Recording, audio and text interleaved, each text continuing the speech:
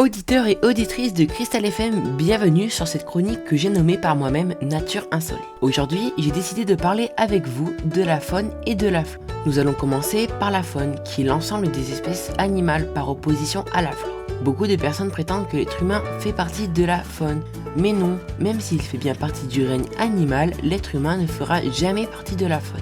Et vous, savez-vous ce qu'est la microfaune ? La microfaune, c'est une constitution essentielle de la biomasse vivante.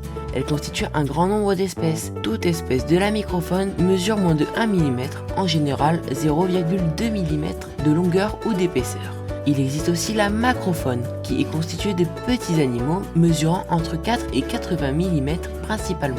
Ensuite, il existe la mégafaune, qui constitue les animaux de très grande taille, visant l'actuelle ou l'époque ancienne. Il existe également deux autres faunes, qui sont la méiofaune et la mésofaune, qui ne sont pas forcément les plus nécessaires. Parlons maintenant de la flore. La flore, par opposition à la faune, compose un ensemble de végétation sur un espace géographique déterminé. Par exemple, la flore d'un espace géographique ne peut pas être nommée sous le terme des végétaux, car la flore est la liste des végétaux de cet espace sélectionné. Par exemple, il existe la flore des Alpes, la flore du bassin parisien, etc. Il existe aussi deux autres cas particuliers de la flore, qui sont la flore messicole et la flore obsidionale.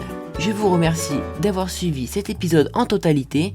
N'hésitez pas à vous rendre sur mon compte Instagram KelianERD officiel pour suivre chaque jour au quotidien de l'actualité sur la nature et l'environnement extérieur. N'hésitez surtout pas à suivre la page de Cristal FM 106.7 FM sur Facebook et d'écouter la radio www.cristalfm.org. A très vite, chers auditeurs et auditrices de Cristal FM.